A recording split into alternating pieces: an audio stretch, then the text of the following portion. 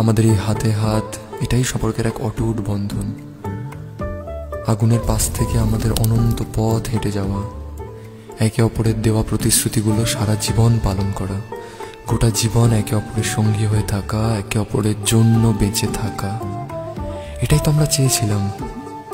এসো আমার কাছে, আমরা আজ একসঙ্গে বলি, যদিদাত হৃদয়ং তব তদস্তু হৃদয়ং মম, যদিদং হৃদয়ং মম তদস্তু হৃদয়ং তব। এই কথাগুলোর অর্থ জানো?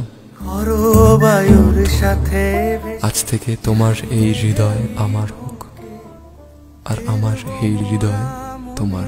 ঘাটে সন্ধে নামার মুখে বলি ও রজনী,